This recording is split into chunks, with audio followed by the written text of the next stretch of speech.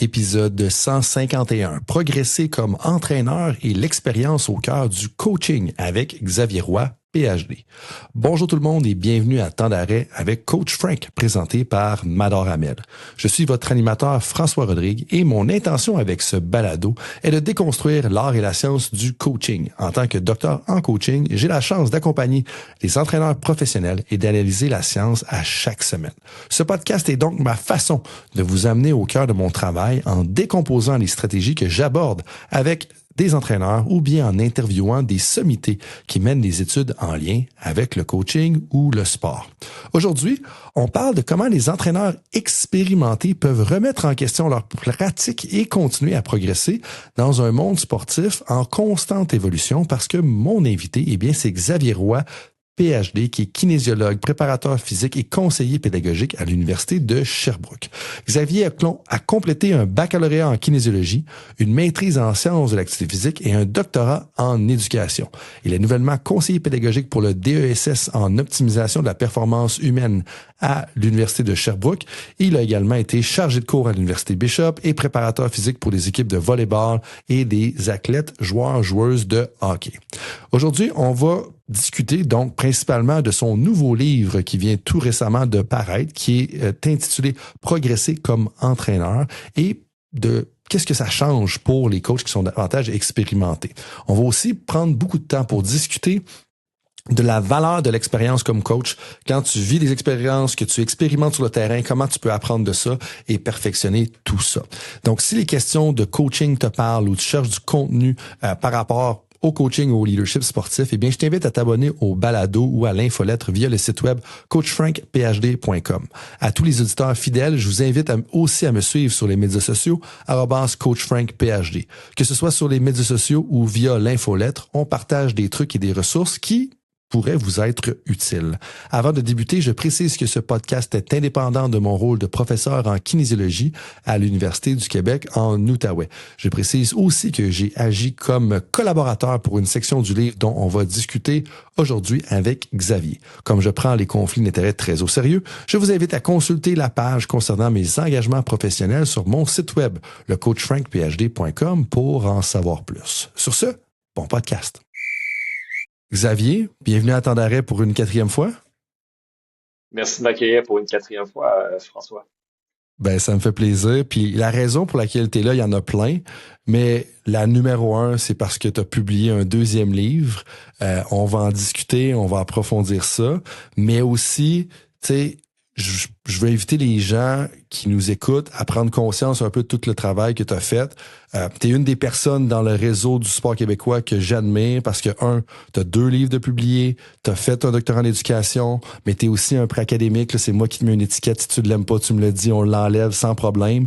Mais tu as des expériences avec succès comme préparateur physique, tu es rigoureux. Là, tu as un nouveau rôle avec l'Université de Sherbrooke. Tu continues d'être présent sur le terrain comme préparateur physique. Tout ça ensemble, pour moi, amène à cette 4e participation-là, qui, bien entendu, a été déclenchée par le fait que tu aies un nouveau livre. Ben, je veux qu'on en parle.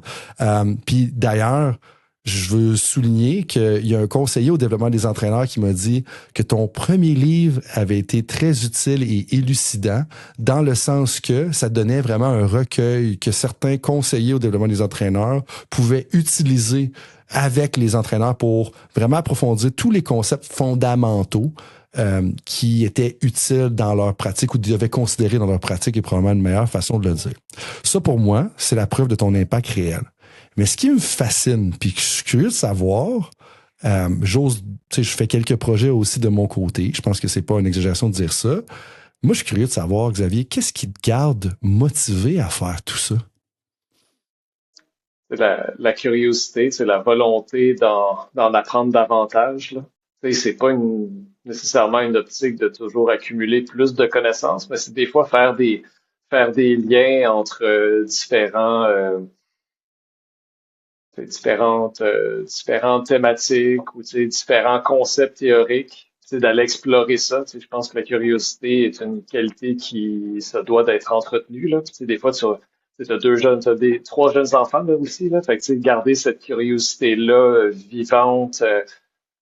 C'est importante chez les jeunes, mais c'est aussi importante chez des gens comme nous aussi, là. Fait que, de pas se limiter à ne faire qu'une seule chose, là. Tu sais, moi, faire que de la préparation physique, tu sais, je m'en cache pas que j'ai eu des expériences dans le passé où est-ce que je travaillais avec un seul sport, puis qu'à un moment donné, mais ça devient redondant. Puis, tu sais, tu te dis, regarde, je suis au mois de janvier, je fais ça. Je suis rendu au mois de d'avril, on est vers la fin de la semaine, c'est la même chose qui se reproduit. Fait que tu sais, tu viens un peu ça devient monotone un petit peu. Fait que tu sais, d'avoir plusieurs projets, puis tu sais, d'être curieux, aller explorer différents sujets, puis comment ça peut être intégré dans ma pratique. Je pense que c'est rafraîchissant, puis ça te garde on the edge, là, si on peut dire. Mhm. Tu sais, j'ai Puis, toujours, puis excuse, je veux pas interrompre, mais tu sais, je trouve que de garder un pied sur le terrain puis la tête dans les livres aussi, tu sais, est un mariage super stimulant pour moi, là. Tu sais, d'essayer des trucs puis voir ce qui a fonctionné, voir ce qui fonctionne un petit peu moins bien, puis tu sais, passer d'un milieu d'intervention à un autre puis faire ces expérimentations-là est très enrichissant. certainement, tu sais, puis quand tu parles de curiosité, moi, ça me renvoie rapidement à ce que un de mes collègues qui était l'invité de l'épisode 125, si je ne m'abuse, qui parlait de Joël Guérette, qui parlait de la valeur de poser des questions. Tu sais, c'est comme si à chaque fois que tu découvres ou tu apprends quelque chose de nouveau, il y a une nouvelle question qui se manifeste. Puis, tu sais, souvent, avec ma conjointe, on se dit tout le temps, comme, plus on en apprend, plus on réalise qu'on sait rien, tu sais. Plus risque qu'on en a beaucoup à apprendre là-dedans. Mais là, justement, dans ta réponse, tu as renvoyé à quelque chose que tu m'as partagé un peu en pré-balado, là, pré-enregistrement, comme de quoi que la notion d'expérience c'était important pour toi. Puis tu me dis, tu sais, les différentes expériences nourrissent un petit peu tes questions, nourrissent ta curiosité, t'amènent à faire des réalisations que tu peux transférer d'un domaine à l'autre. Tu sais. Puis moi, j'aimerais justement que tu me parles moi un peu de comme qu'est-ce que ça représente l'expérience, puis c'est quoi le rôle que ça joue l'expérience à ton sens à toi dans ton propre développement professionnel ou dans le développement professionnel d'un coach, d'un préparateur physique, comment tu sais on doit considérer ça. Une des, une des expériences que j'ai eues puis qui a été révélatrice un peu, c'est d'avoir travaillé il y a quelques années avec une athlète en basketball en fauteuil roulant. Tu sais, j'ai jamais été le genre de personne à de me concentrer que dans un seul sport où est-ce que je suis confortable.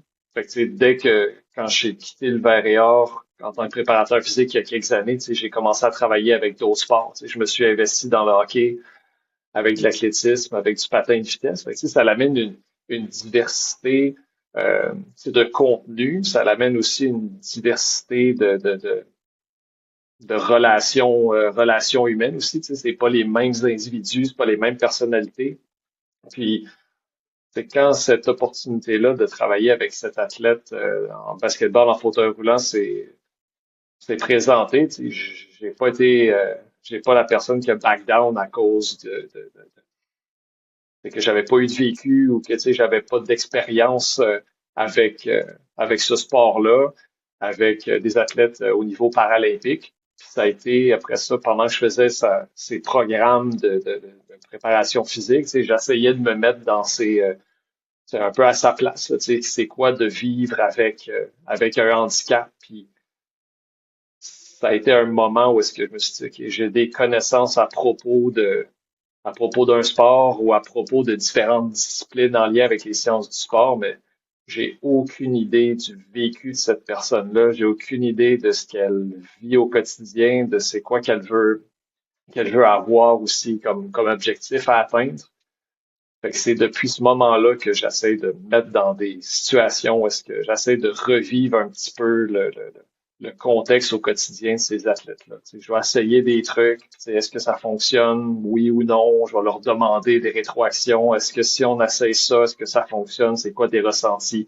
Puis, tu sais, tout ça nourrit un peu mon processus réflexif de OK, comment est-ce que j'améliore, puis comment est-ce que je peux faire une différence dans la performance sportive de ces athlètes-là. Mais tu sais, si j'avais pas la volonté de rechercher ces expériences-là, tu sais, je serais confortable, tu sais. Mais pour être en mesure de me dépasser, ben, il faut que j'aille dans des situations inconfortables. Puis ce que j'entends, c'est que tu étais prêt à essayer un peu les choses, puis tu as adapté ton coaching. Mais justement, parle-moi donc du moment où est-ce que tu as réalisé que tu comprenais pas un peu c'est quoi être cette place-là, parce que tu travailles avec, puis à un moment donné, il y a sûrement eu un moment frappant, à un moment donné, t'es comme, oh, OK, j'ai aucune idée de c'est quoi vivre avec ça. Oui, ben j'étais assis dans ma cuisine.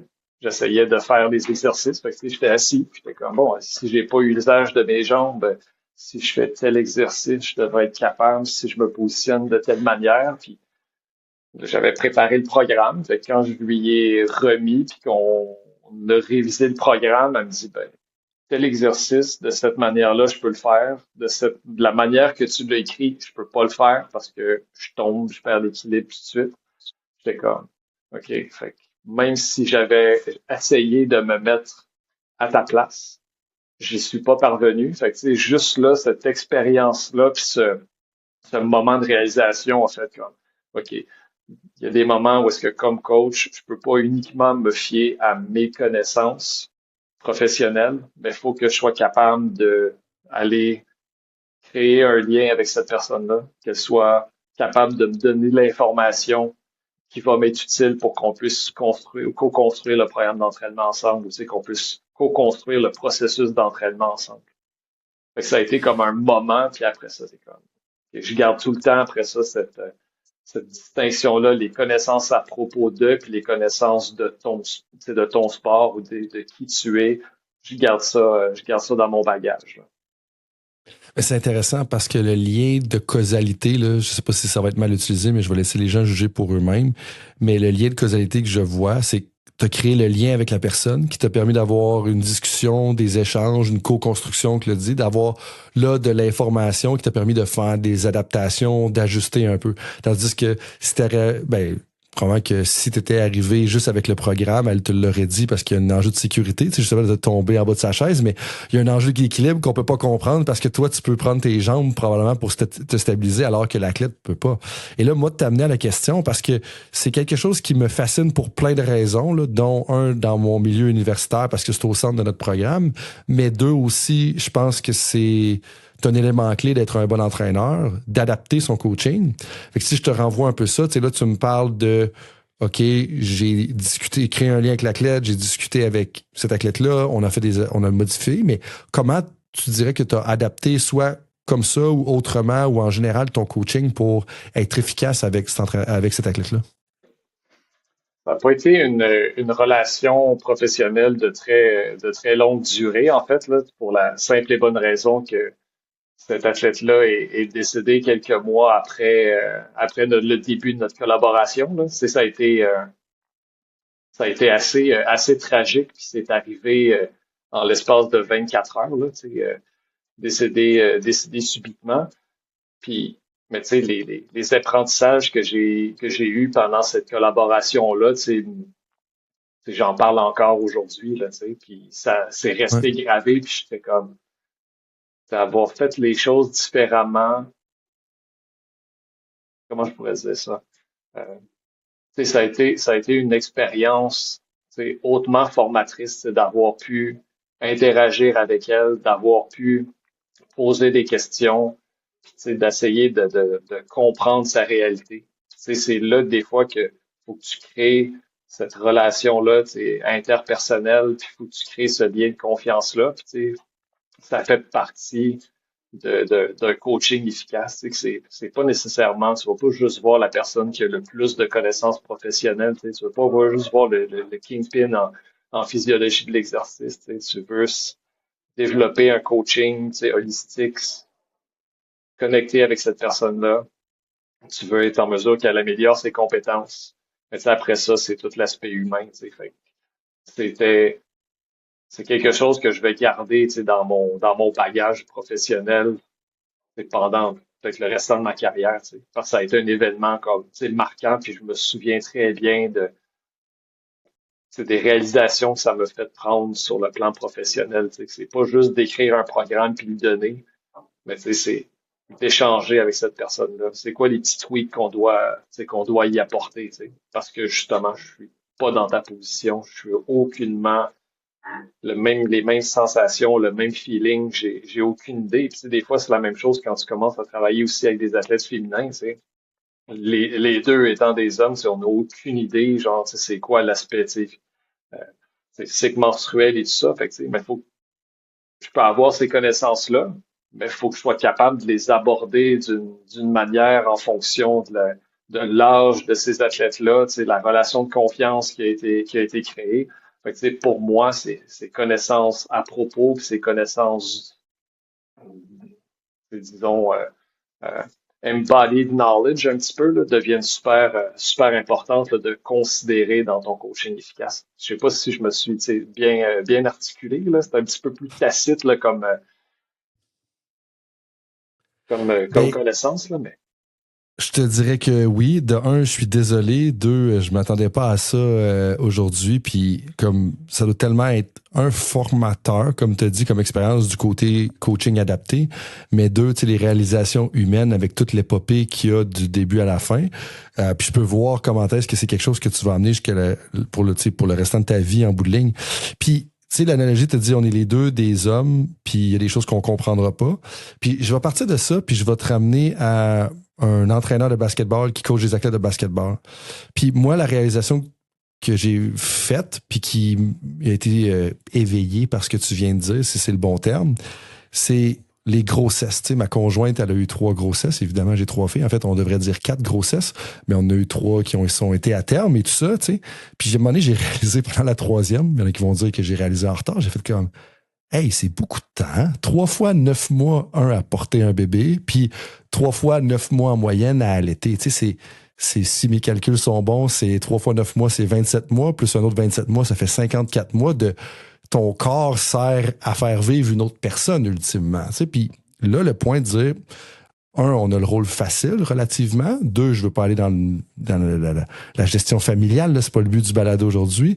Mais deux, j'ai comme pris du temps à me mettre à la perspective puis comprendre que je comprends pas en réalité.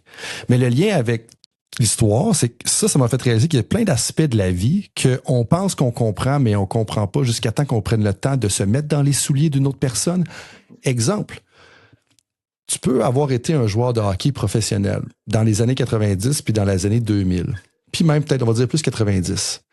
Mais est-ce qu'on comprend vraiment c'est quoi être un joueur de hockey professionnel ou même universitaire ou même dans la Ligue de hockey junior des Maritimes ou OHL aujourd'hui, quand il n'y avait pas de médias sociaux à l'époque, puis que quand tu manquais justement ton tir, tu avais un lancer de punition, tu manquais ton arrêt, tu faisais un mauvais dégagement, tu faisais un revirement. Ça te suivait pas jusqu'à la maison parce que quand tu popais Instagram sur ton téléphone, ben, t'avais pas 40 messages de personnes qui te disent que t'as fait une mauvaise job, tu sais. Puis ça, j'ai parlé avec une personne qui a un certain âge, tu sais, puis elle avait dit, hey Frank, avant que tu m'en parles de cet exemple-là, que, tu sais, les problèmes, ils se passaient soit à l'école, à l'aréna, puis ils restaient là, puis ils te suivaient pas à la maison sur ton téléphone, j'avais pas réalisé ce point-là. Mon point avec ce long détour-là, c'est de dire, même si on a vécu une expérience qu'on pense qui est exactement pareille, c'est-à-dire j'ai joué au hockey dans la Ligue hockey junior des Maritimes du Québec, j'ai été professionnel, même si c'est 15 ans plus tard, c'est pas la même expérience. Puis là, c'est important de se mettre dans les souliers des gens pour voir que hey, finalement, oui, OK, ça a l'air similaire en surface, mais il y a des grosses différences qui affectent toute l'expérience qui est vécue, tu sais. mhm. Non, ça fait beaucoup de sens ce que tu dis, puis ça a été un des points qui a été abordé hier lors de l'activité en lien avec le lancement du livre. C'est un des, un des professionnels, tu sais, du CDE qui était là, tu sais, faisait exactement la mention de ça. Tu sais, quand tu as des entraîneurs qui reviennent coacher, tu sais, eux autres vont souvent des fois, c'est un des pièges, c'est d'entraîner comment ils ont été coachés. Tu sais. Mais c'est pas la même réalité, c'est pas les mêmes attentes, c'est pas les mêmes jeunes, c'est pas la même génération. Tu sais, il faut pas non plus avoir une perspective où est-ce qu'ils sont soft ou des choses comme ça. Tu sais, ce sont des gens différents, les attentes sont différentes, les pressions, tu sais, pressions sociales qu'ils vont subir sont différents aussi. Puis comment, c'est là après ça l'importance, c'est d'avoir un certain vécu, mais après ça, tu sais, d'être capable de prendre un pas de recul, de développer, tu sais, une pensée critique, de développer tes connaissances intrapersonnelles, tu sais, ça fait partie d'un coaching efficace. Fait que, tu sais, puis on revient un petit peu à c'est pas juste ce que tu sais, tu sais, c'est pas juste tes connaissances professionnelles, mais ça l'englobe quelque chose qui est beaucoup plus large. C'est après ça, tu te dis, OK, comment ça se fait que certains entraîneurs sont en mesure de coacher à différents niveaux, même des fois de passer d'un groupe d'âge à un autre ou d'un sexe à un autre, mais il y a peut-être une certaine composante qui est en lien avec leur connaissance professionnelle, mais ultimement, c'est peut-être plus pour l'aspect humain. Sont-ils capables de bien communiquer? Sont-ils capables d'avoir une intelligence émotionnelle qui est adaptée au groupe qui est devant eux, puis au niveau de performance, que ce soit des jeunes hommes, des jeunes femmes, mettons des athlètes universitaires ou après ça des athlètes professionnels. Puis j'avais vu euh, un petit clip vidéo il y a quelques semaines, je sais pas si c'était des commentateurs ou des experts associés au monde du football, mais c'est football soccer européen, puis ils discutaient sur la principale ou la plus grande qualité de Sir Alex Ferguson quand il était à Manchester United. Les gens autour de la table disaient que c'était pas le plus grand tacticien, mais c'était un man manager, c'était un gestionnaire d'êtres humains, tu sais. Fait que c'était ça qui faisait sa force. Et je pense que peut-être des entraîneurs, ça me donne l'impression, tu sais, que Greg Popovich, pour avoir lu quelques ouvrages sur la NBA, est plus de ce type de personne-là, de type d'entraîneur-là. C'est très humain, va mettre beaucoup l'accent sur les, les connaissances interpersonnelles, puis tu sais, ces connaissances intrapersonnelles, puis peut-être des fois l'aspect des X puis des O associés à son sport, va peut-être les déléguer à ses entraîneurs adjoints. Tu sais. Peut-être qu'après ça, eux autres, s'ils ont des ambitions de devenir entraîneur-chef, ben, ultimement, vont devoir mettre de côté un petit peu ces connaissances professionnelles-là pour mettre davantage leurs énergies sur développer davantage leurs connaissances interpersonnelles et intrapersonnelles. Ben oui, puis c'est les X puis les O, comme c'est important, c'est peut-être, t'en as besoin d'avoir un minimum pour comprendre ce qui se passe, mais après ça, quand t'arrives à un certain niveau, c'est la vision, c'est la cohésion, c'est l'unité de ton équipe qui va amener tout le monde à travailler dans le même sens. Puis justement, j'en parlais à la radio la semaine passée, tu sais, si t'as tellement bâti une belle cohésion dans ton équipe que un joueur fait une erreur, mais que tout le monde fait la même erreur en même temps, en bout de ligne, tu t'en sors mieux qu'avoir fait l'appel idéal puis que tout le monde est un peu disparate là-dessus. Tu sais, puis ça, pour moi, ça vient de la cohésion. J'aimerais prendre une petite pause pour reconnaître notre partenaire titre, Mador Amel. C'est un cabinet d'assurance avec permis d'investissement chez Investia Services Financiers. Ma famille leur fait confiance depuis 2011 pour notre planification financière. Et cette relation nous a permis de concrétiser plusieurs projets importants, dont l'achat de notre maison idéale en 2019 et le financement d'un projet paysager majeur en 2022. Leur plus grande force, c'est le conseil humain avec les ressources d'une institution des ligues majeures. Pour prendre votre premier rendez-vous gratuitement, visitez madoramel.com et mentionnez Coach Frank. Avec tous les projets qui s'accumulent, la gestion de projet devient un point central de notre réussite quand on est un professionnel. Justement, Wise Era Technology aide les entreprises à transformer leur vision en valeurs concrètes. L'équipe de Wise Era Technology développe des logiciels de gestion de projet et des CRM sur mesure qui sont adaptés à la réalité de chaque organisation. Ils travaillent avec des PME, autant dans le secteur privé que public, à travers différents domaines de l'immobilier au manufacturier.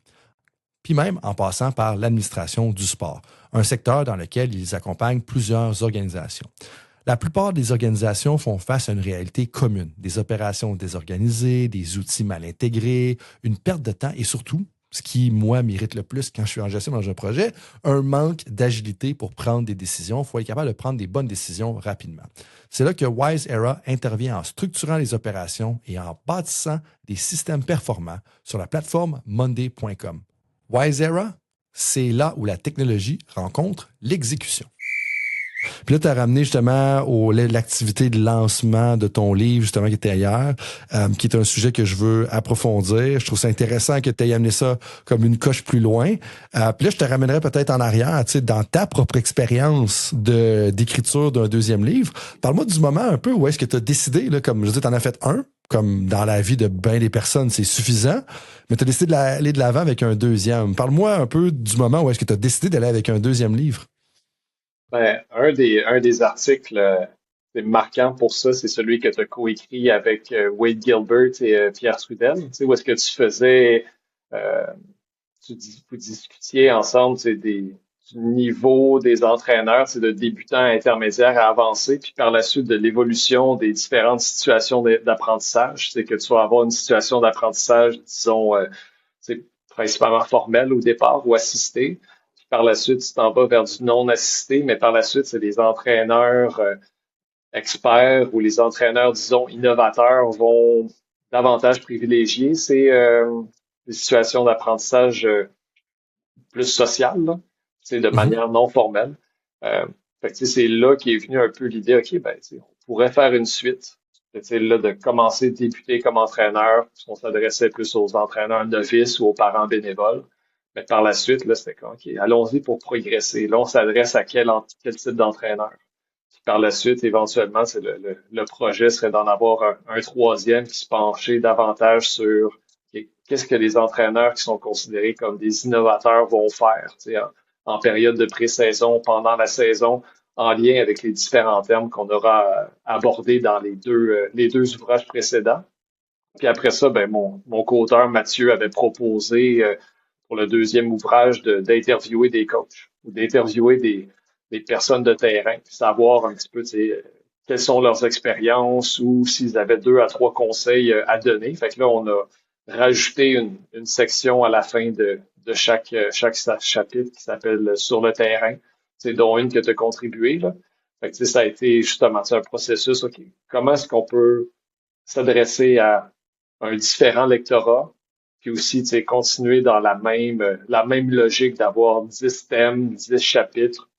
On visait 10 pages, mais je me suis donné la petite liberté d'aller un petit peu au-delà de ce nombre-là. Puis, puis après ça, le projet a suivi son cours comme ça. Ben, merci de faire référence à l'article.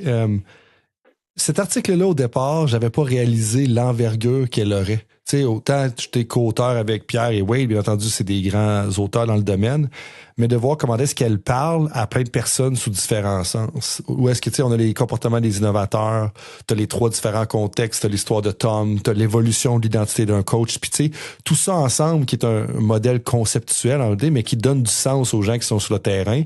Puis ça, c'est tout à l'éloge aussi de Pierre Trudel, là, que la plupart des gens doivent connaître, sinon je vous invite à réviser certains épisodes. Dire des fois, la valeur d'un modèle, c'est le sens qu'il fait aux gens qui l'utilisent, tu sais, en bout de ligne. Oui, la validité théorique, c'est important, scientifique, c'est important, mais si ça fait du sens aux gens sur le terrain, c'est bien. Puis là, peut-être que je le réinviterai pour corriger ce que je viens de dire, mais je pense que le sens général de ce qui a été dit vient là. Mais là, tu as fait un peu la job d'animateur pour moi, fait que ça me permet d'aller déjà dans quelques éléments. Tu sais, tu référais par rapport aux commentaires puis aux chapitres. C'est peut-être quoi, mettons, les 2, 3 commentaires là, qui sont des commentaires sur le terrain, des intervenants qui ressortent à tes yeux, puis que tu trouves que hey, ils ont partagé peut-être une petite réalisation intéressante que tu penses qu'il faudrait partager avec l'ensemble de la communauté. Tu as eu 10 commentaires dans l'ensemble de différents aspects, puis comme il y en a-tu un qui t'a marqué en particulier de par la contribution de ce qui a été dit, de ce que les entraîneurs devraient retenir?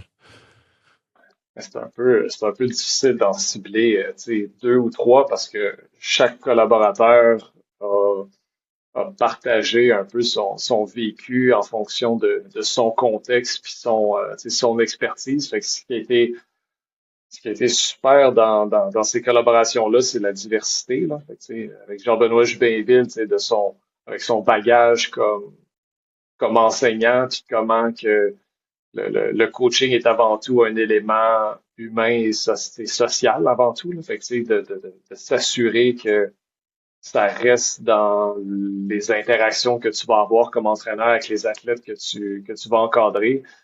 Après ça, Patrick Mondo sur comment construire une équipe championne, que c'est par étapes, Puis après ça, c'est de mettre tes valeurs claires et non négociables à un certain point, puis mettre en place une culture d'équipe qui va être solide.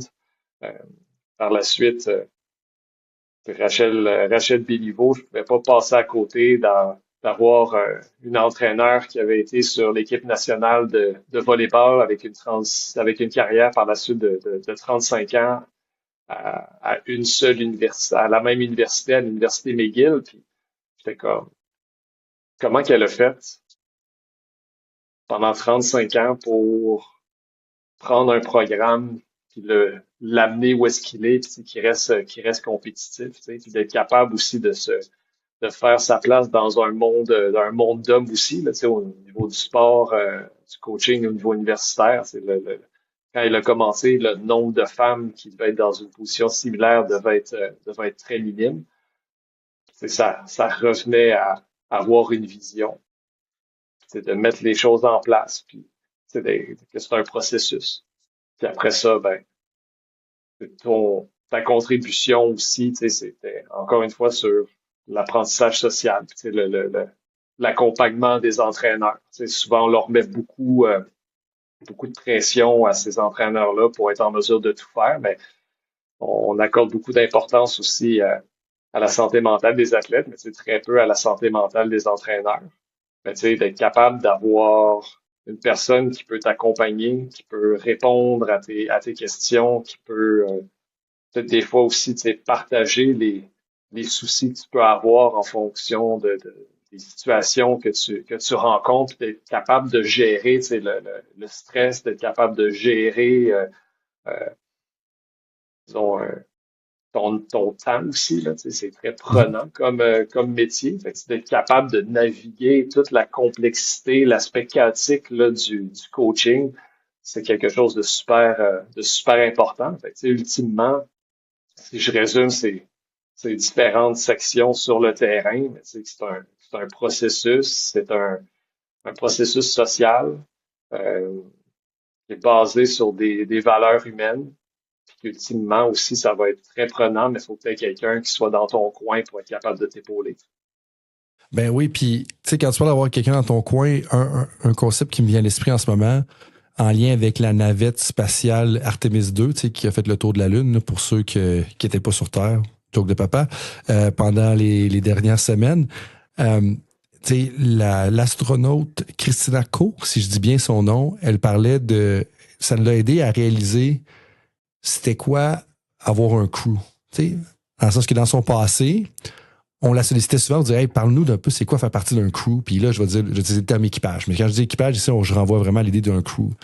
Puis ça m'a fait penser un peu aux entraîneurs puis de dire, hey, c'est quoi ton crew? Puis tu sais, ton crew, pour moi, ton équipage, c'est les 4 à 5 personnes qui sont dans ton coin, comme au quotidien. Puis ça, je pense que ce que tu viens de dire là, c'est un processus social, parce qu'on est toujours en interaction avec les autres.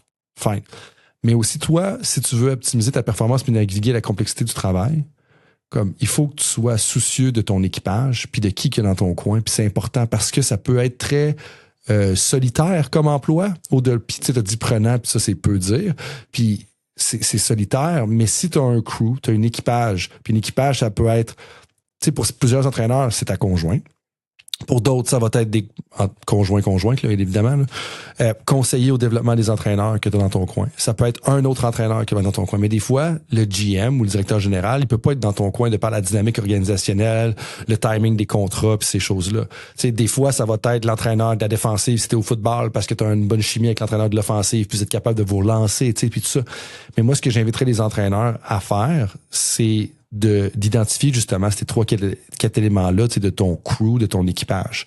Puis ça, c'est une réalisation que je faisais juste aujourd'hui là en préparation parce que je méditais en écoutant The Martian qui me ramenait avec Matt Damon, qui me ramenait après ça à Artemis 2.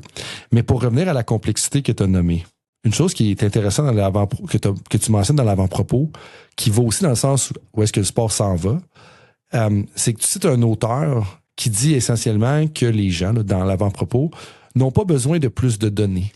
Ils ont besoin de meilleures idées. Comme c'est ce que vous relatez. Puis moi, je suis curieux de savoir qu'est-ce que ça veut dire concrètement toi, pour un coach? Parce que dans la complexité, si je peux te donner un peu de temps de penser à ta réponse, on ajoute des données, on ajoute de la technologie, on ajoute des intervenants, on ajoute plein de choses. Puis je comprends ce que tu veux dire là. Tu sais, les gens n'ont pas besoin de plus de données, ils ont besoin de meilleures idées. Qu'est-ce que ça veut dire concrètement pour un entraîneur, selon toi? Puis qui devrait se sentir concerné par ce message-là? Tu sais, l'exemple ou une anecdote qui me vient en tête, c'était quelque chose qui était partagé par un entraîneur sud-africain, Paddy Upton, puis il mentionnait que dans un des processus d'embauche qu'il avait vécu, il avait été interviewé pour un poste avec une équipe de cricket, tu sais, probablement une équipe professionnelle en Inde, là, ou tu sais, dans en Asie du Sud-Est. Puis sur le comité, il y avait Sir Clive Woodward, qui a été le sélectionneur de l'équipe anglaise de rugby quand ils ont gagné la Coupe du Monde en 2003. Puis ça a été quelqu'un qui a été réputé pour amener des experts à travailler avec lui. Fait que, tu sais, là, tu fais juste penser, OK, ben, c'est expert au niveau de l'entraînement, de la vision, les préparateurs physiques. Fait que, tu sais, tous ces experts-là peuvent arriver avec leurs connaissances, leurs expertises, peut-être leur technologie, puis les données qui vont être associées avec ces technologies-là. Fait que, tu sais, comme entraîneur, si t'es un chef d'orchestre, ça peut être c'est quand même facile de te sentir un peu inondé de données au quotidien. Puis, tu sais, ça, c'est sans compter tu sais, les gens des coms qui peuvent te faire ton briefing au quotidien ou tu sais, quand tu regardes les médias sociaux, tu sais, te faire interpeller par les gens dans la rue. Puis, quand il a passé son processus d'entrevue, puis il s'est fait poser la question, c'est qui est dans ton staff? Cet entraîneur-là, Paddy Upton, il a dit, personne. Il dit, moi, j'ai juste besoin des athlètes, des joueurs dans l'équipe. Puis, il dit, je vais avoir davantage accès à toute l'expérience de ces joueurs-là. C'est tout ce que j'ai besoin. J'ai pas besoin d'un préparateur physique, tu sais, externe qui vient se greffer au groupe, tu sais, d'un nutritionniste et tout ça. Tu sais. Fait, puis après ça, si tu dis ben, que c'est une relation de coaching, si tu évolues dans un univers social, c'est dynamique, complexe, ben, tu ferais ça si tu es capable euh, de présenter une vision à ces joueurs-là, à laquelle ils adhèrent, que le projet que tu leur proposes est motivant, tu sais, tu viens piquer leur curiosité puis qu'ils décident d'embarquer, tu sais. As-tu besoin d'avoir toutes ces données-là? Tu as réussi à mettre dans leur tête c'est une idée de qu'est-ce qui est possible d'atteindre. Puis après ça, ben, tu mets en place des expériences, puis tu mets en place, exemple, différentes thématiques, puis pour réussir à atteindre ton objectif. Fait que, tu sais, pour moi, si je remets le coach comme étant un chef d'orchestre, qui va créer des expériences, créer un environnement, puis qui a besoin d'avoir avec lui le buy-in des joueurs, ben, j'ai peut-être besoin de moins de données que je pense. Si je suis capable d'avoir les interactions honnêtes et authentiques au quotidien avec eux. Tu sais. Ben oui, parce que ce que tu dis là, ça me parle parce que, tu sais, de rassembler les gens autour d'un projet, comme, je veux dire, ça fait, c'est un élément essentiel de rassembler autour d'une vision, d'un projet, de quelque chose que tu bâtis, que tu construis, vers lequel tu avances, tu sais, pour que les gens se sentent concernés par la cause, puis engagés, puis qui s'engagent en pratique délibérée, tu sais. Mais ce que tu proposes là, puis ce que tu dis là, ça va un peu à l'encontre des courants modernes, où est-ce que, tu sais, il en pleut là, des spécialistes, là, puis toutes les équipes devraient avoir un biomécanicien, tu sais, puis tout ça.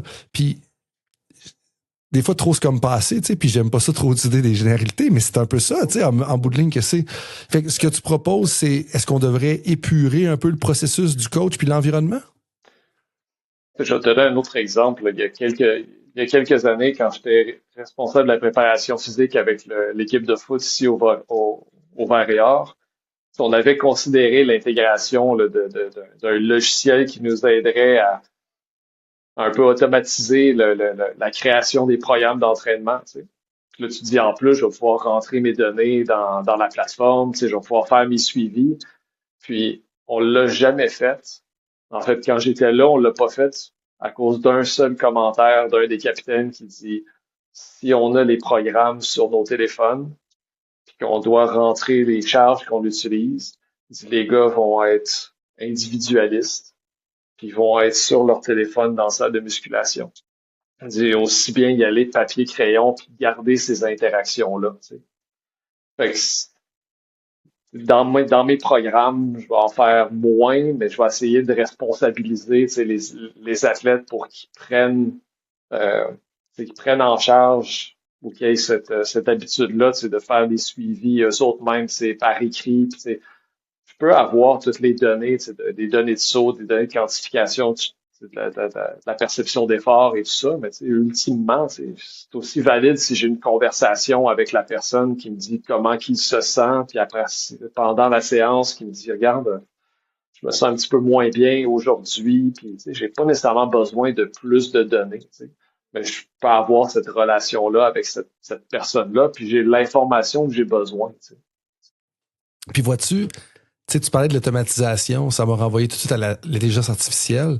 Puis j'ai l'impression, puis ton histoire semble valider un peu mon impression, puis j'aimerais ça que tu me corriges puis tu commentes là-dessus, évidemment, que ça va être comme de plus en plus facile d'avoir des idées. Puis là, pas nécessairement des idées avec un grand I, là, des idées qui sont régurgitées par l'algorithme des intelligences artificielles. Puis je suis pas en train de dire que je suis contre les intelligences artificielles, je l'utilise à tous les jours ou presque.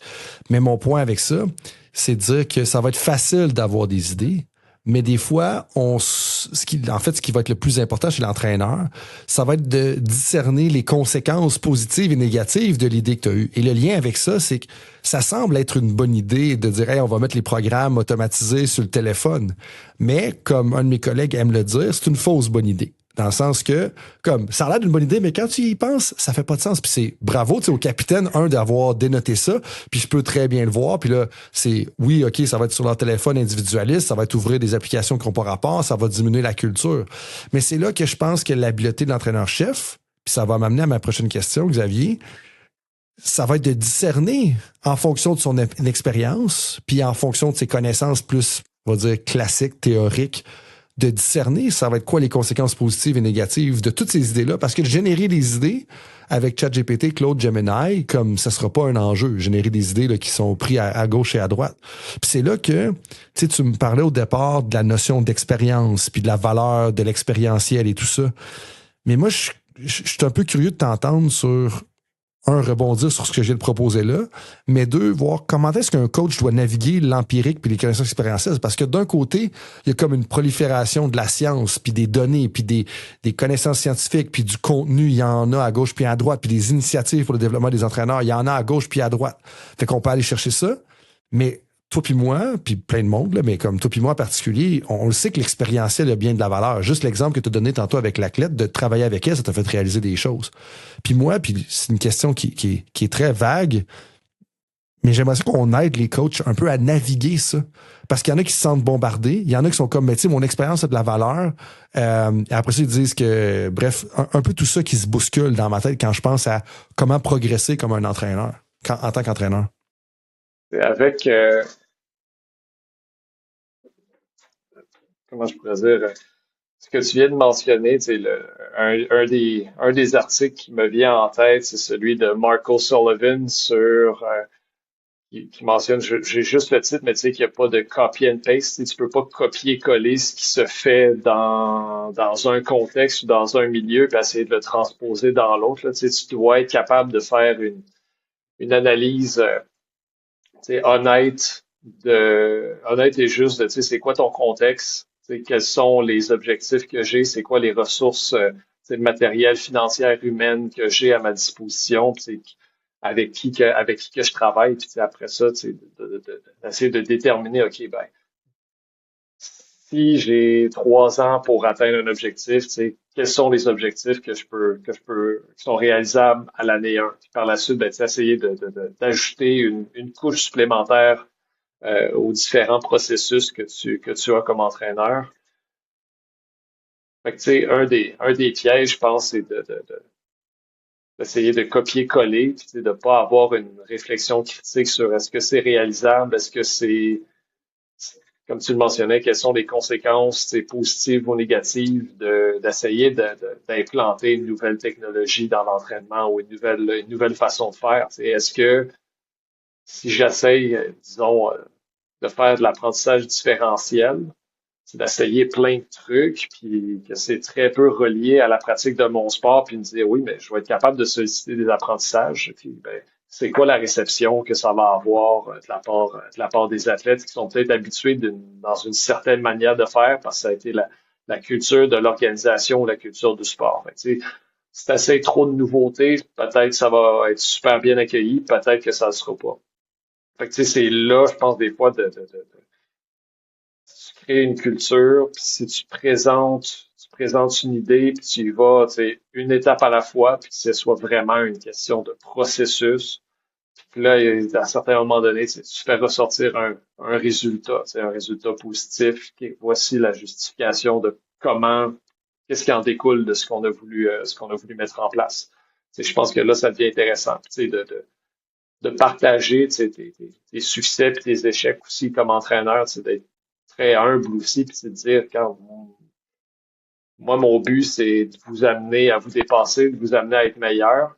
Ça demande qu'on expérimente, ça demande qu'il y ait des situations où est-ce que on va peut-être vivre des échecs, puis ça fait partie du processus. Puis, je suis en train de m'égarer un petit peu, là, mais après ça, la notion d'expérience, puis c'est des coachs qui disent j'ai tant d'années d'expérience, ça a autant de la valeur. Moi, je pense que oui, tu sais, t'as la citation, là, Experience is the hardest teacher because it gives the exam first, là. Fait que, tu sais, je pense qu'il y a beaucoup à apprendre, tu sais, de par l'expérience. Puis, tu sais, si tu te mouilles pas, tu vas, tu sais, tu pourras pas avoir d'apprentissage, là. Tu sais, si je suis pas un entraîneur, tu sais, si, mettons, je suis un étudiant en, en sciences d'activité physique, tu sais, j'ai un désir d'aller faire carrière comme coach, mais que j'ai toujours une certaine crainte à essayer des trucs ou même à aller coacher puis à vivre des échecs, ben je serais pas en mesure de progresser puis de faire une carrière là-dedans. Fait que, tu sais, il faut que tu sois capable de te mouiller un petit peu, puis après ça, prendre un pas de recul. OK, ben finalement, ce que j'ai essayé de faire aujourd'hui, ça n'a pas marché.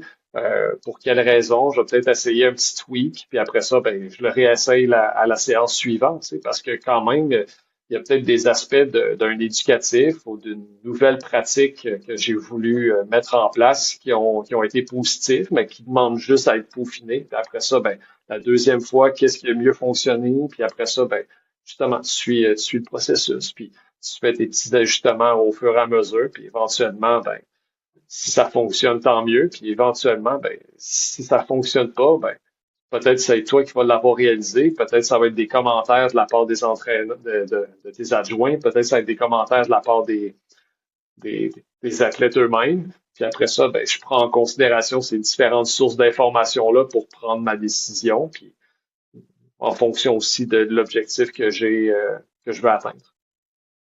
C'est là la diapositive que j'ai en tête, c'est d'un article de John Kiley. Tu sais, qu'est-ce qui t'amène à ton processus de décision? Tu sais, ce que toi tu penses comme entraîneur. Tu sais, c'est quoi ta philosophie? C'est quoi tes valeurs? Après ça, quelles sont les sources d'informations que tu vas recueillir, tu sais, de manière, disons, objective? Puis après ça, tu sais, puis de manière longitudinale, puis tu sais, des fois, OK, ben là, j'ai un résultat, j'ai quelque chose qui va, un élément déclencheur. Puis après ça, ben, tu sais, tout ça combiné ensemble, triangulé, ben, va être en mesure d'orienter l'entraîneur dans la prise de décision. Ouais, puis tu parlais des sources d'information, d'aller en voir plusieurs, puis d'en avoir longitudinal, donc d'en avoir plusieurs, puis d'en prendre ça à travers le temps. Est-ce que, tu sais, puis tu faisais référence tout à l'heure à comme ta réflexion critique, de venir critiquer ton expérience, ce que tu fais. Est-ce que c'est un peu ça la première étape? Parce que moi, je me mets dans la peau d'un entraîneur qui dit, OK, je veux apprendre de mes expériences. Comme, c'est quoi la première étape? Tu sais, de faire ça. Puis je sais que c'est quelque chose que vous abordez dans le livre, puis à laquelle tu as pensé beaucoup. Puis je suis curieux juste de donner une première étape, là, tu sais, pour un premier plan d'action, si on veut, pour que les entraîneurs passent à l'action. C'est quoi la première étape? La première étape, c'est d'avoir cette volonté-là d'essayer, là. Fait que, tu sais, pour moi, c'est d'être capable de te mouiller puis de te dire, regarde, il y a quelque chose que je veux changer dans ma pratique. Il y a une situation qui crée un certain, un certain inconfort ou une certaine posture où est-ce que je suis c'est un peu un déséquilibre, là, tu sais, je suis inconfortable, là, puis je vais essayer quelque chose, puis après ça, d'être capable de prendre un pas de recul, puis, tu sais, de faire une analyse, tu sais, honnête de ce qui s'est passé, là, puis, tu sais, de bien le contextualiser, là. Fait que, tu sais, d'être capable, là, de dire, regarde, voici ma situation, voici ce que j'essaie de mettre en place, j'expérimente. Après ça, une fois que l'expérimentation est terminée, je prends mon pas de recul. Qu'est-ce qui a bien fonctionné, qu'est-ce qui a moins bien fonctionné, puis essayer de comprendre le pourquoi. Tu sais, pas juste rester en surface, puis tu sais, décrire ce qui s'est passé dans la séance, mais tu sais, de questionner, tu sais, ultimement pourquoi tu l'as fait, c'est quoi les principales raisons qui ont guidé cette volonté-là d'expérimenter. Puis après ça, tu sais, d'analyser ce qui a bien fonctionné, ce qui a mal fonctionné, ce qui peut être ajusté. Puis par la suite, c'est quoi la prochaine étape? C'est quoi la deuxième étape de cette expérimentation-là? Puis après ça, ben, ça devient une boucle cyclique, là, puis tu sais, un petit peu plus cylindrique. Là. Fait que, tu sais, souvent, la pratique réflexive, tu sais, tu vas le voir en un seul cycle, mais après ça, tu continues. Puis après ça, quels sont les autres facteurs d'influence qui viennent influencer ton processus réflexif de j'identifie une situation problématique, je suis capable de la contextualiser, voici ce que je mets en place, puis après ça, je fais l'évaluation, OK, what's next? Puis après ça, ben, tout ça est nourri par toi, tes connaissances qui évoluent comme entraîneur. Après ça, la nouvelle information, les nouvelles idées de la part des joueurs, de la part du staff, peut-être des trucs que tu as vus dans tes formations, peut-être des trucs que tu as vus sur les médias sociaux. Puis après ça, ben, c'est de faire des connexions. C'est un des articles de Penny Worfner et Pierre Trudel, sur l'apprentissage, cette nouvelle conceptualisation de l'apprentissage, c'est que c'est pas d'accumuler plus de connaissances, mais c'est d'être capable de faire des meilleurs liens entre ces différentes situations-là ou ces différentes, entre les émotions, ce que tu as vécu et tout ça. Fait que, c'est beaucoup là-dedans là, que je m'intéresse dans le DESS dans lequel je suis en train de travailler avec d'autres collègues. C'est pas juste d'avoir des briques, c'est d'être capable de créer les liens entre les différents cours et entre les différentes activités pédagogiques qu'on veut mettre en place. Mon collègue, mon supérieur immédiat dirait, tu sais, comment tu les mets en dialogue, ces différents cours-là. Uh-huh.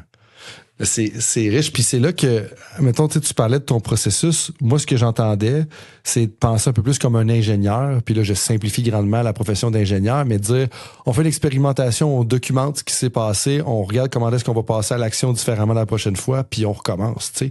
Puis je pense que ça devient important. Mais là, on parlait, tu sais, des connaissances expérientielles, puis d'apprendre de ça. Mais si je flippe un peu le scénario, puis je le sens. Puis c'est sûr que je parle souvent à des entraîneurs qui sont un peu plus intéressés par la science que la moyenne, mais pour un entraîneur qui veut se rapprocher de la science sans retourner aux études, c'est quoi la meilleure porte d'entrée ou les meilleures portes d'entrée selon toi? Que mettons, allons-y avec un cas, un exemple. Tu es un entraîneur dans un sport, disons dans un sport-études. Ça fait plusieurs années que tu es actif dans le coaching. Mettons que ça fait 10 ans que tu es entraîneur. Puis là, tu veux ajouter un petit peu plus de science dans ton coaching. Ouais. Ouais. Euh, J'essaierais d'aller chercher tu sais, une certaine expertise en fonction tu sais, du domaine qui m'intéresse. Là. Fait que, tu sais, mettons que je suis un entraîneur dans un sport à dominance technique ou artistique. Tu sais, il y a peut-être un aspect tu sais, biomécanique qui pourrait être intéressant. Fait que, tu sais, j'essaierais d'aller chercher tu sais, une ressource qui a cette expertise-là, ou tu sais, de passer par un organisme, tu sais, que ça soit l'Institut national du sport ou tu sais, les instituts plus régionaux, les centres régionaux, là, tu sais, qui peuvent me mettre en contact avec une personne qui a cette expertise-là. Tu sais, d'après ça, d'essayer de voir, OK, ben, c'est quoi la situation en tant que telle, c'est qui mérite notre attention. Tu sais, est-ce que c'est vraiment de la biomécanique? Est-ce que c'est plus de la physiologie? Puis après ça, comment avoir une approche c'est plus scientifique, c'est avoir une certaine hypothèse, puis par la suite essayer de la tester, de mettre quelque chose vraiment très valide sur le plan écologique, là. Moi, je pense que la validité écologique est quand même très importante, là, puis c'est de considérer le milieu dans lequel la performance se crée, là. C'est un, là-dessus, je me ramène à un article de Brian Garrity, puis je pense que c'est Joseph Mills, sur la sociologie de la préparation physique, c'est qui Ouais. disait de toujours considérer que l'environnement dans lequel beaucoup d'études ont été réalisées, puis les conclusions de ces études-là, puis qu'on essaie de transposer dans le milieu d'un entraîneur, ben, ce sont deux mondes différents, tu sais. Puis il y en a un qui est contrôlé, t'essayes d'isoler certaines variables, puis d'essayer d'aller identifier, mettons, une relation de cause à effet, mais le milieu du coaching, c'est dynamique, c'est complexe, c'est évolutif, c'est social. Il y a des interactions entre plusieurs facteurs. Fait que, ça devient difficile de dire, je vais isoler un truc, puis je vais le faire ressortir, puis je vais essayer de l'étudier. Tu sais. Fait que, si je suis un coach qui s'intéresse à l'aspect scientifique, puis qui essaie de ramener la science, mais ce serait c'est de faire un examen de OK, est-ce que c'est vraiment ça que j'ai besoin, tu sais? Comment est-ce que ça peut vraiment m'aider? Faire une analyse approfondie de mes besoins. C'est de déterminer, OK, c'est une lacune. J'ai besoin d'avoir l'expertise d'une personne dans tel domaine. Comment qu'elle peut venir m'aider. Fait que, tu sais, d'être quand même très sélectif, là, puis rigoureux dans le processus qui m'amènerait à intégrer un certain domaine des sciences du sport dans ma pratique. Puis ce que j'entends de ce que tu dis aussi, c'est, on revient à ce que tu disais tout à l'heure. On minimise peut-être le staff régulier, mais sur demande, on va voir des spécialités en fonction des problèmes qui sont en avant de nous. Après combien de temps peut-on se dire qu'on est excellent en dessin, en cuisine ou en sport? Comme vous le savez très bien, ça prend au moins 10 ans à se former et à se perfectionner pour devenir un expert ou une experte.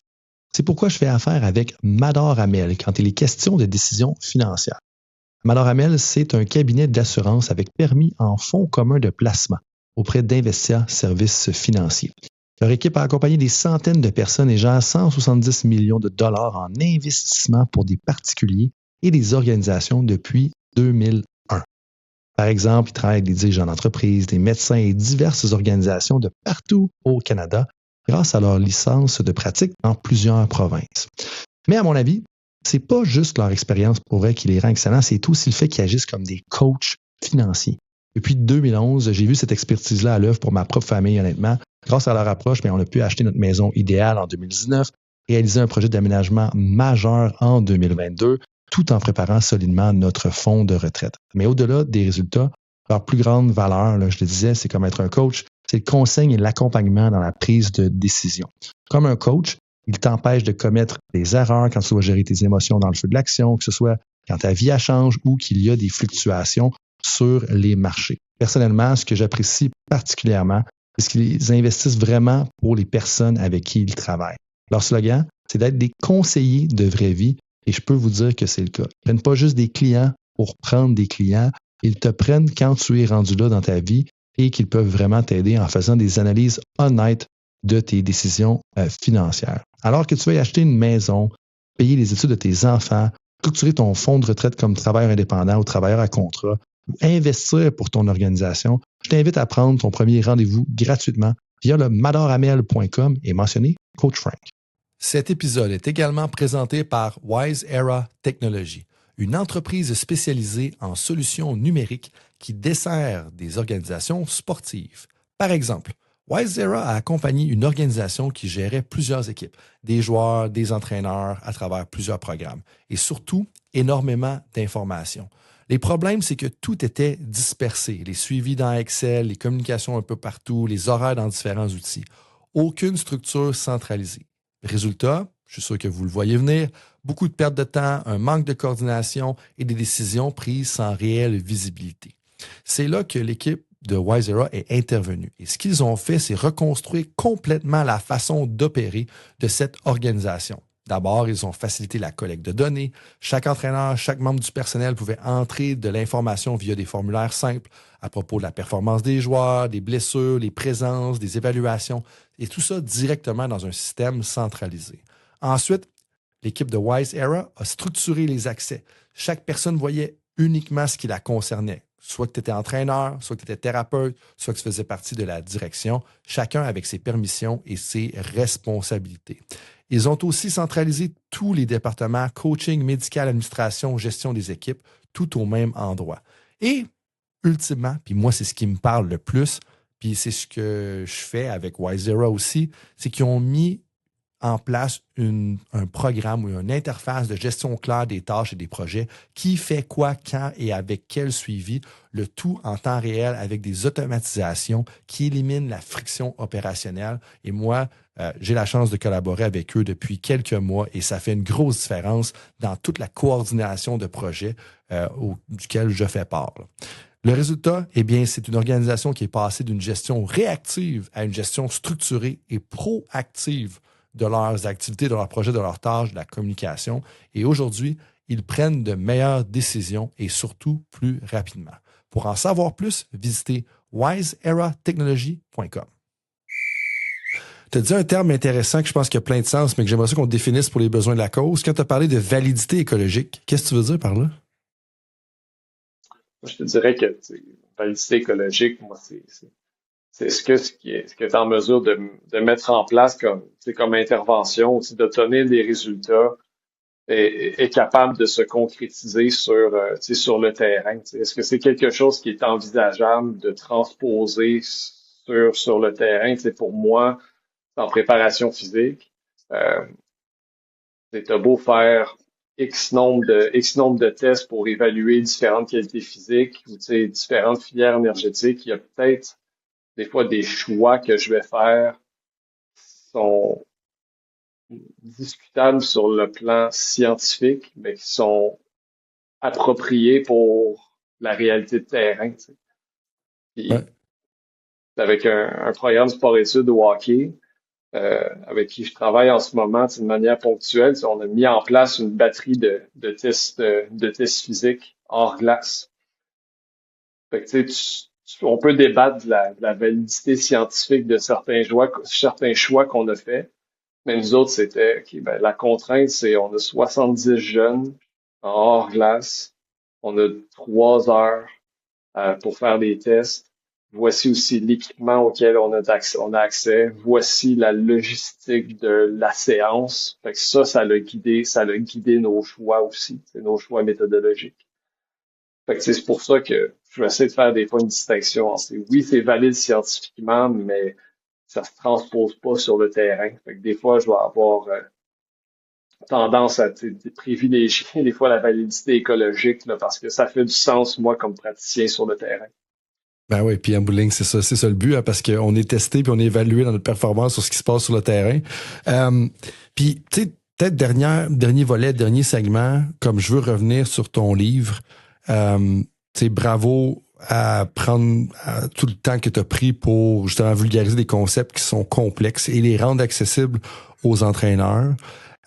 Puis moi, j'aimerais ça savoir, est-ce qu'il y a peut-être 2, 3, un chapitre qui est peut-être plus challengé à écrire, puis que durant lequel, dans l'écriture, tu as peut-être fait des réalisations un peu plus profondes que ce que tu avais fait auparavant? Parce que ce que j'aime, moi, du processus d'écriture, c'est que ça te force à te mettre tes idées en ordre, ça te force à te donner un sens à tes idées. Puis je serais curieux de savoir, puis je pense que les gens pourraient en retirer quelque chose d'intéressant, de savoir comme, hey, c'est quel chapitre là qui t'a qui a vraiment piqué ta curiosité, t'a challengé, qui t'a amené à réaliser des choses que tu n'avais peut-être pas réalisées auparavant? Mm-hmm. Une bonne question. Je te dirais que ce serait le chapitre sur où est-ce que j'ai abordé des concepts de skill acquisition, fait que d'apprentissage moteur. Là. Je te dirais qu'il y a comme deux grandes écoles ou deux grands courants de pensée. Là.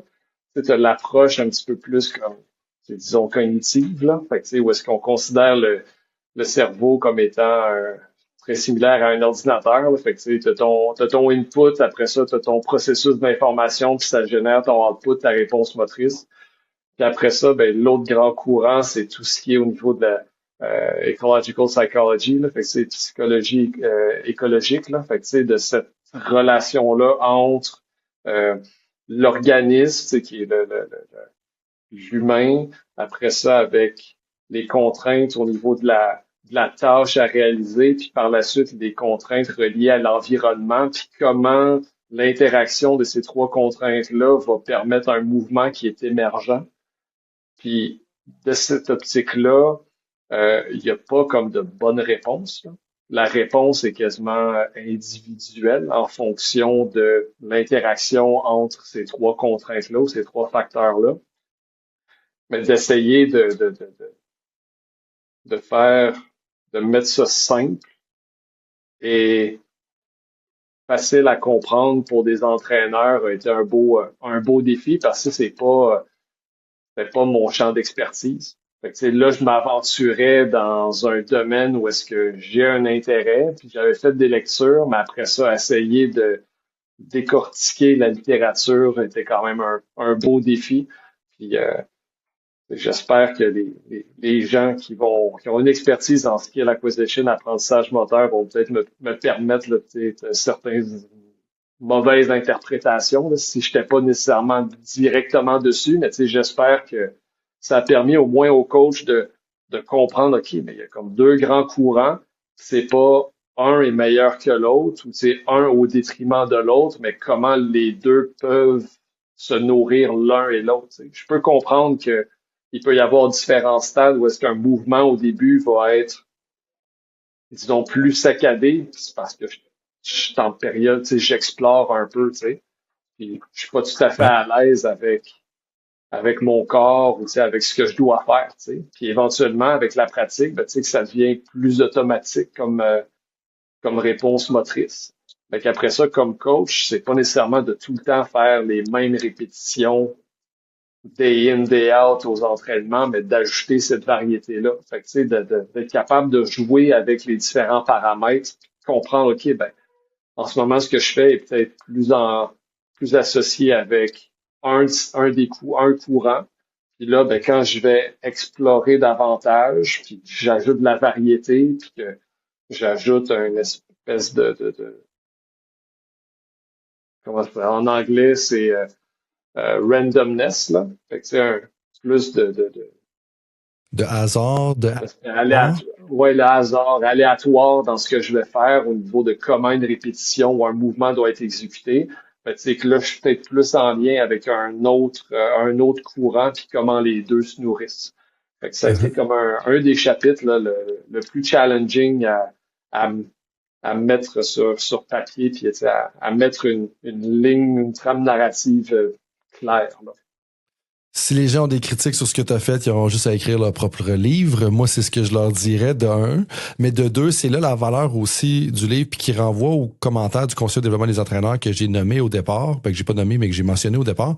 Puis où est-ce que on peut autant toucher à la culture, des commentaires de coach, d'accompagnateurs de coach dans mon cas, mais aussi toucher au développement des habiletés. Puis c'est là que je pense qu'il y a une belle valeur pour les conseils de développement des entraîneurs, puis même pour les coachs qui veulent comme un peu avoir une mise à jour de où est-ce qu'on en est pour ce niveau-là. Puis c'est une bonne base, puis un go-to si jamais tu as besoin. Parce que c'est une chose d'écrire sur les internets, hey, je veux en savoir plus là-dessus, mais des fois de savoir que ça a été filtré par quelqu'un qui sait de quoi qu'il parle, tu sais, c'est déjà un bon point de départ. Puis ça, c'est pas toi qui le dis, c'est moi qui te le dis. Puis je pense que ça a vraiment une belle valeur. Puis justement, pour les personnes qui sont intéressées, qui voudraient se procurer le livre ou te contacter, on les envoie à quel endroit?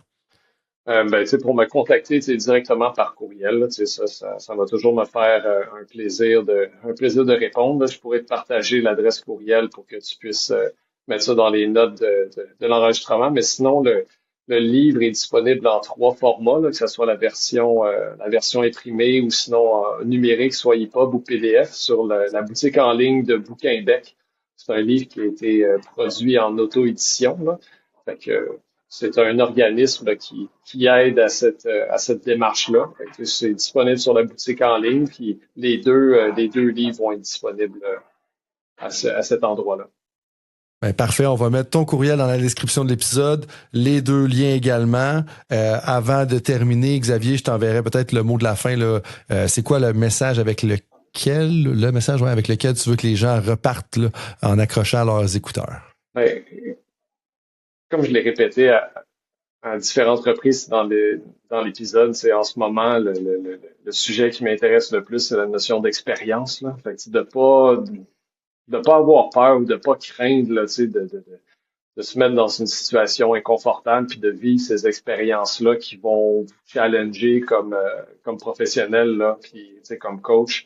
Puis ça fait partie justement du processus d'apprentissage. Puis des erreurs, ça fait partie de ce processus-là. Puis par la suite, ben, si t'as la chance de vivre d'œuvrer dans un milieu qui valorise le développement professionnel, ben, comprend là, ce milieu-là que les erreurs, ça fait partie du processus, puis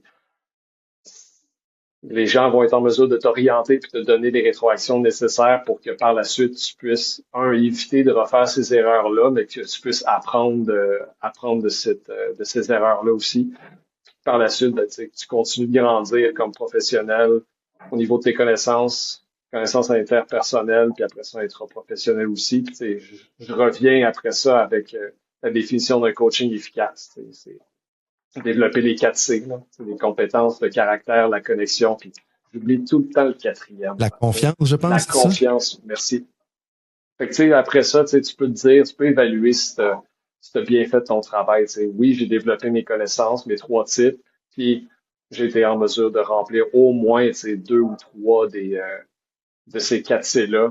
Par la suite, d'identifier quels sont les écarts entre mes connaissances du moment, puis où est-ce que je veux être comme entraîneur, puis après ça, trouver des opportunités de vivre des expériences qui vont être formatrices.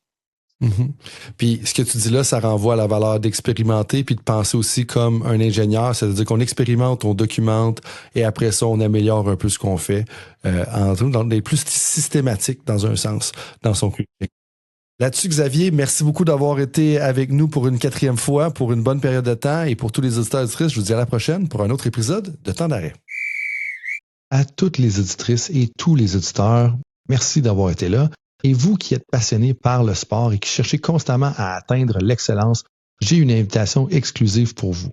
À tous les mois, j'envoie une infolette que vous trouverez nulle part ailleurs. À l'intérieur, vous avez l'accès prioritaire aux conclusions de mes recherches, aux articles les plus percutants que j'ai consultés récemment, à mes réflexions, aux idées avant-gardistes que j'explore, que ce soit sur l'intégration de l'intelligence artificielle dans le sport, dans le coaching, ou bien dans les nouvelles méthodes d'enseignement et de pédagogie. C'est comme avoir une conversation privilégiée avec moi et mes collègues qui produisent du bon stock, où je vous guide à travers les idées qui façonnent l'avenir du coaching et du sport avant que ce soit répandu. Plus de 500 entraîneurs, leaders sportifs, dirigeants et consultants en performance reçoivent déjà ces réflexions exclusives. Alors, si les conversations de Temps d'arrêt vous inspirent et que vous voulez rester à l'avant-garde, rejoignez ce groupe select de leaders sportifs. Pour vous inscrire, rendez-vous sur coachfrankphd.com ou suivez le lien dans la description. Merci d'être avec moi dans cette quête de l'excellence sportive et on se retrouve au prochain épisode.